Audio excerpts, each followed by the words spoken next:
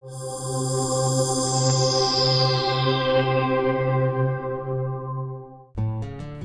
champs à entretenir, des animaux à élever, des fleurs et des plantes desquelles prendre soin, des gestes routiniers pour les agriculteurs.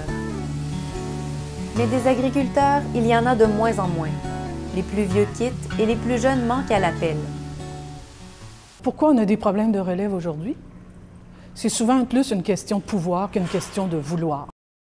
L'accès à la propriété est tellement difficile quand on n'est pas issu d'une famille agricole. Financièrement, c'est très difficile, ça demande un capital de départ très élevé. Il ne faut pas oublier qu'il y a des pressions à la reprise de la ferme familiale qui ne sont plus là, mais qui étaient là il y a 50 ans. Malgré tout, des jeunes motivés, passionnés et confiants en l'avenir ont choisi la vie d'agriculteur. C'est le cas d'Élisabeth Grenier et d'Alexandre Landry, fondateurs de la ferme rustique à Sainte-Croix-de-Lobinière. La ferme rustique, ça part de très loin. Nous autres, on a commencé, moi depuis que je suis jeune, je veux partir une ferme. Le but du projet, c'était de ramener l'ancienne agriculture, c'est pour ça qu'on appelle ça la ferme rustique. C'était de ramener les vieilles productions, la vieille façon de faire à la table des gens. On a monté un projet depuis environ une bonne dizaine d'années. Là, c'est lancé, ça fait 5 ans qu'on est en production. On produit un peu de tout. On nourrit des familles au complet. Là. On fait des viandes, on fait des légumes. C'est toujours à l'ancienne. Dans les légumes, on fait légumes et fruits. Les gens reçoivent un panier à la maison pendant 15 semaines l'été. Dans les légumes, on fait une 110 variétés de légumes. Il n'y a rien qu'on fait pas. De toutes sortes de tomates, de piments pour agrémenter l'été des gens. Dans les viandes, on fait un peu de tout aussi. On fait du vache-veau, de l'agneau, du lapin, du poulet de grain, du porc engraissé aux légumes. C'est toutes des viandes un peu spéciales qu'on ramène aux gens à un prix très raisonnable. Tous deux diplômés de l'UL en agronomie, Élisabeth et Alexandre ont pu mettre à profit leurs connaissances théoriques en plus de compter sur un réseau de contacts solide afin de bâtir leur entreprise. Ce qu'on a appris à l'université, souvent, c'est plus théorique que pratique, mais souvent le théorique nous permet d'apprendre des nouvelles choses beaucoup plus rapidement. C'est sûr que pour les outils au point de vue transfert de connaissances, des idées d'innovation, c'est super le bac, mais au niveau concret, je pense qu'on a plus appris en ayant les deux mains dedans. Le fait d'avoir des défis à chaque année à relever, je pense que notre système débrouillardise est suffisamment développé pour s'adapter aux prochaines qui vont s'en venir, parce qu'on sait que c'est pas une partie gagnée. À chaque année, il va falloir s'améliorer, l'expansion, gérer avec les services à la clientèle, tout ça. Donc, la comptabilité aussi, c'est une autre problématique. Il faut avoir des bons outils, il faut savoir à qui s'adresser. Le réseau de contacts, ça, c'est une des forces qu'il faut développer, je pense, en agriculture quand on commence pour savoir... Nous, on l'avait déjà. Là, on avait un bon réseau de contacts dans l'agriculture puis à l'extérieur de l'agriculture. Puis ça nous a beaucoup aidé. Là. Comme je disais, mon père nous a aidé beaucoup, les voisins ici ont embarqué beaucoup. Puis moi, je connaissais déjà beaucoup de monde dans plusieurs productions, puis on s'est informé beaucoup. C'est sûr que pas de réseau de contact, partir une ferme à zéro comme on l'a fait, même à -2, qu'on dit tout le temps, là, je pense que ça n'aurait pas été possible. Là.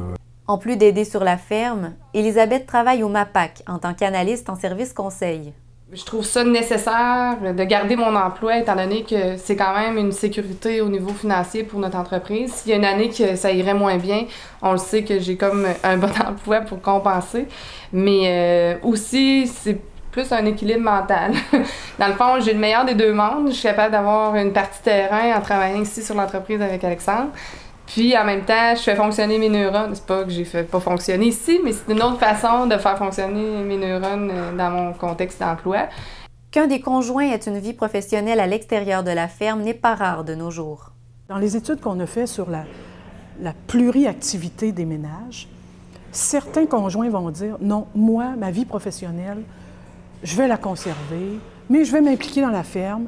C'est là où je retrouve effectivement un épanouissement personnel. » D'autres vont dire « Ma vie professionnelle, c'est en attendant qu'on va se ramasser de l'argent pour permettre par la suite que je puisse enfin travailler sur la ferme et en vivre. » Je vous dirais qu'il y a d'autres patrons mitoyens, mais c'est les deux contrastés. Amélie Dionne et François Forgue souhaitent devenir propriétaires d'une ferme laitière.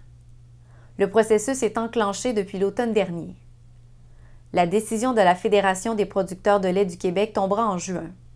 Et tout comme Élisabeth, Amélie conservera son emploi à l'extérieur de la ferme. Lors des premières années de démarrage, c'est moi qui va subvenir un petit peu plus en partie au coût de vie, mais je suis très consciente de ça, je suis très prête à le faire. Puis, c'est pas dans mon intérêt aussi de quitter mon emploi. Je fais ce que j'aime, puis quand je reviens à la maison, j'aime encore ce qui est là. Fait que, puis ça va être, moi ici, ça va être mon petit terrain d'amusement. Tu sais, la fin de semaine, on va venir traire les vaches, moi aussi, là, tu sais. Dans le fond, j'ai trouvé mon équilibre psychologique. Ville, campagne, travail de bureau, travail de bras. Fait que, moi, c'est parfait pour moi. Amélie et François ont grandi sur une ferme. Elle, au Bas-Saint-Laurent, lui, en Beauce. En 2002, François a eu l'opportunité de reprendre la ferme familiale de Frampton en Beauce. Mais il a refusé. Je trouvais que j'étais jeune, j'avais un emploi sur une autre ferme ailleurs, cet emploi-là me laissait mes fins de semaine libres, puis très moins de responsabilités sur les bras. Puis en gros, c'était à peu près ça. Puis étant donné la valeur du quota à acheter, c'était très dispendieux. C'est encore très dispendieux. Puis un autre point important aussi, que j'étais tout seul côté familial. Alors, on sait que l'agriculture, seul sur une ferme, c'est assez monotone. T'es comme isolé du monde, là, tu vois pas grand monde. On reste à la journée longue, on voit pas grand monde. Fait que c'est pour ça que j'ai décidé de pas entreprendre de démarches pour prendre le relais aussi. On a vu dans nos études que si on ne partage pas moralement le projet de l'autre, c'est un facteur qui peut mener jusqu'à, effectivement, le démantèlement de la ferme. Donc ça, on voit que c'est un élément important. Un conjoint, c'est à la fois au niveau affectif, mais au niveau de la persistance en agriculture. La rencontre avec Amélie a donc été déterminante. Quand j'ai rencontré François, il ne me parlait pas qu'il voulait démarrer le projet d'entreprise. Donc, je pense que j'ai peut-être été ton élément déclencheur. On parlait ensemble qu'on a déclenché l'élément. Oui, c'est ça. Ça n'a pas pris de temps. Quand il m'a fait visiter son coin et tout ça, bien, je trouvais que ça ressemblait un peu à chez nous parce que, justement, je retrouvais les grands espaces, le grand air, des vaches. Et puisque les bâtiments de la ferme de Frampton étaient encore en bon état, le couple Dionne-Forgue ne partira pas tout à fait de zéro. On voyait le potentiel, donc on s'est dit... Lançons-nous. Lançons-nous. Nous, ce qu'on voulait faire, c'est de démarrer, c'est ça, une entreprise laitière. Puis, il existe un programme d'aide au démarrage d'entreprises laitières de la Fédération des producteurs de lait du Québec. Puis, il y a des critères d'admissibilité, des critères d'évaluation à suivre. Il faut aller recueillir des appuis au niveau des producteurs, au niveau des fournisseurs, puis au niveau des organismes publics. Ces appuis-là, il faut avoir des preuves écrites. Fait qu'il faut monter un bon cartable. Là. Ce programme-là, il t'accorde un prêt de 12, un quota de 12 kilos au jour. Puis toi, tu t'engages à en acheter au minimum 12. Ouais. Tu peux en emprunter plus si tu veux, mais c'est un minimum de 12. Donc, ça te fait en tout un total de 24 matières grasses. Kilos de matières grasses par jour. Kilos de matières grasses par jour. Fait que ça veut dire que c'est quelque chose de... Entre 24 et 30 vaches, mettons. Ouais, entre 24 et 30 vaches. Et ça veut dire que c'est un revenu qui est assez suffisant, puis même très correct pour pouvoir rouler, là. La Fédération accorde 12 prêts de quotas par année. Donc, ça se peut que cette année, par exemple, il y en ait 20 dépôts de candidature. Eux, ils analysent, ils en éliminent s'il y en a qui ne correspondent pas. Puis par la suite, par exemple, s'il en reste 15, bien, ça s'en va dans un baril, puis c'est la pige. J'ai confiance en notre candidature, puis on a une bonne étoile. Advenant le cas que le fruit du hasard fait qu'on n'est pas pigé, puis qu'on ne l'a pas, c'est sûr qu'on se représente l'année prochaine encore plus fort. Réutiliser les infrastructures familiales rend François Forgue très fier. Voir les bâtiments vides ici, ça m'a fait de quoi au premier jour que j'ai vendu des vaches. C'est sûr que là, même s'il n'y a pas de vaches là, je les vois déjà là, puis c'est moi qui est trait. Là. Alors, j'ai hâte, puis c'est une fierté, c'est sûr. Là. Cette fierté de poursuivre la tradition familiale est partagée par Nicolas Bédard de la ferme Bédard et Blouin de Beauport. Fondée en 1941 par le grand-père de Nicolas, la ferme familiale sera transférée petit à petit à Nicolas et à sa sœur Sarah. Pour le moment, chacun des enfants de la famille possède 10% de l'entreprise qui se spécialise dans la production de fleurs, de plantes, mais aussi de fruits tels que les fraises, les framboises et les bleuets. Très tôt, Nicolas s'est impliqué sur la ferme. Je travaille depuis que je suis tout jeune ici. Dès que j'ai pu apprendre à me tenir debout, j'ai commencé à travailler, à faire des petites tâches ici et là, disons, à mettre des pots dans des plateaux, des choses simples comme ça. Et à désherber aussi beaucoup. Là. Mon enfance, je l'ai passée à arracher des mauvaises herbes. Son implication ainsi que celle de sa sœur s'accroîtront avec les années. On est deux jeunes à vouloir prendre la relève comme ça, alors c'est super intéressant, c'est motivant aussi pour mes parents. On a plein de projets depuis quelques années, là, on a agrandi énormément, on a une nouvelle empoteuse, on a beaucoup de nouveaux équipements. Fait que ça pousse beaucoup mes parents comme ça de nous voir motivés à prendre l'entreprise. Ma sœur va davantage prendre tout ce qui est travail, disons, plus la paperasse, comptabilité, etc., gestion du personnel, la mise en marché aussi beaucoup. Moi, c'est plus l'aspect pratique, là, le travail manuel, etc., la production elle-même. C'est ce qui m'intéresse le plus, fait qu'on veut pas, on se complète bien. D'où vient sa motivation à vouloir reprendre les rênes de l'entreprise familiale? De prime abord, c'est ma passion pour l'agriculture de façon générale. Ayant cela, ben, je suis bien tombé d'avoir des parents qui sont agriculteurs. Ensuite de ça, ben, il y a un attachement aussi à la terre du patrimoine. C'est un attachement patrimonial, beaucoup. C'était à mon grand-père avant, c'est rendu à mon père, ça va être à moi, ça va être à mes enfants un jour, je l'espère tout le moins.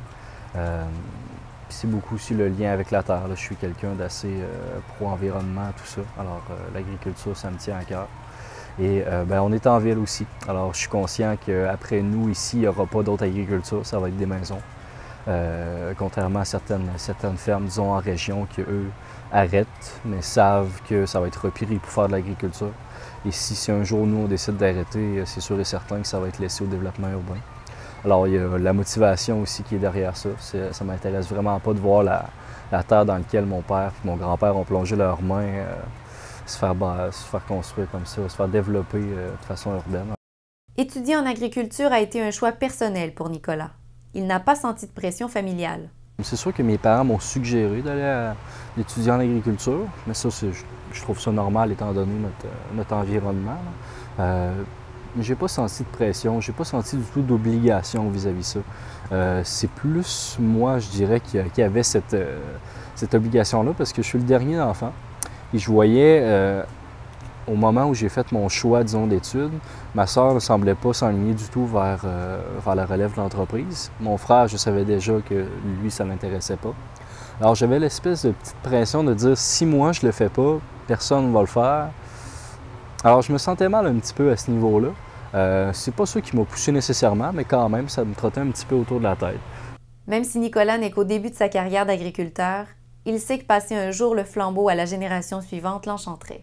C'est pas mal le rêve ultime de chaque agriculteur. On travaille toute notre vie. Ben, moi, j'ai pas encore la position pour dire ça quand même. J'ai travaillé toute ma vie pour ça. Je comprends le principe, c'est tout. Là. Je vois mon père qui a travaillé toute sa vie pour bâtir l'entreprise qui est ici, ma mère aussi en même temps. Je trouverais ça dommage, justement, qu'on laisse ça aller et que ça soit vendu à on ne sait trop qui. Là. Alors, ben oui, je serais extrêmement fier qu'un jour, mes enfants puissent prendre la relève d'une entreprise viable comme la nôtre. Pour Amélie, présentement enceinte, la ferme est un milieu idéal pour éduquer ses enfants. Moi, mon rêve aussi, c'était, je me disais, si un jour j'ai à avoir des enfants, j'aimerais qu'ils aient la même enfance que moi j'ai eue. Parce que j'ai tellement adoré ça, puis je suis ressortie de là avec des super de belles valeurs et tout ça, fait que je veux répéter ça aussi. C'est sûr, on s'amuse à dire que c'est la relève qui s'en vient, mais c'est bien certain que si on la forcera pas, comme moi, mon père m'a jamais forcé non plus, il m'a toujours laissé libre, ça va être la même chose aussi. Les enfants qu'on aura, ben ils vont être libres, puis tant mieux s'ils aiment ça, puis qu'il y a une relève qui continue. Mais s'ils veulent être graphistes aussi, c'est correct. Élisabeth et Alexandre souhaitent intéresser leurs deux jeunes garçons aux activités de l'entreprise agricole sans les brusquer. En ayant vécu le bac, on se rend compte qu'il y en a beaucoup qui étaient des fils d'agriculteurs puis tout ça. Puis tu sais, c'est facile de se brûler puis de plus avoir envie de ce milieu-là. Moi, j'ai l'impression qu'on va laisser libre choix à nos garçons de vouloir s'impliquer dans l'entreprise. Mais que les enfants aient 18, 16, 17, 18 ans, la ferme va sûrement être très très bien installée. Fait que s'ils aiment ça, ils vont le faire. Si vraiment ils n'aiment pas ça puis ils font d'autres choses, on les poussera pas. Là. S'ils n'ont pas la piqûre, parce que quelqu'un qui n'a pas la piqûre, qui se lance en agriculture, il fera pas longtemps. C'était notre rêve à nous autres. On veut le relancer. C'est sûr et certain que si mes fils me disent on veut continuer, je vais être content. Là. Mais s'ils me disent qu'ils veulent faire d'autres choses, on va les aider, on va les pousser dans ce qu'ils aiment. Ce sont des jeunes comme Nicolas, Amélie, François, Élisabeth et Alexandre qui constituent la relève en agriculture au Québec. En voyant leur détermination, leur sensibilité et leur force de caractère, il est permis d'espérer un bel avenir pour la profession d'agriculteur.